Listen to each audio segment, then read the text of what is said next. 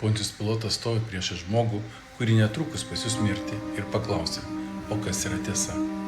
Ir paklausė to, kuris pats apie save pasakė, aš esu kelias, tiesa ir gyvenimas.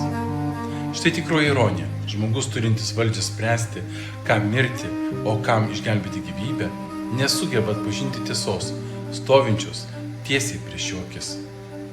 Pilotas nebuvo naivus. Jis buvo matęs ne vieną teismą.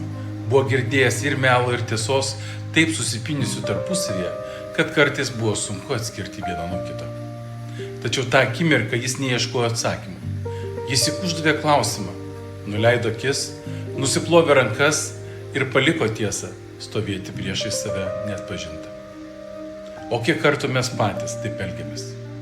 Stovime priešais tiesą, bet nuleidžiame akis.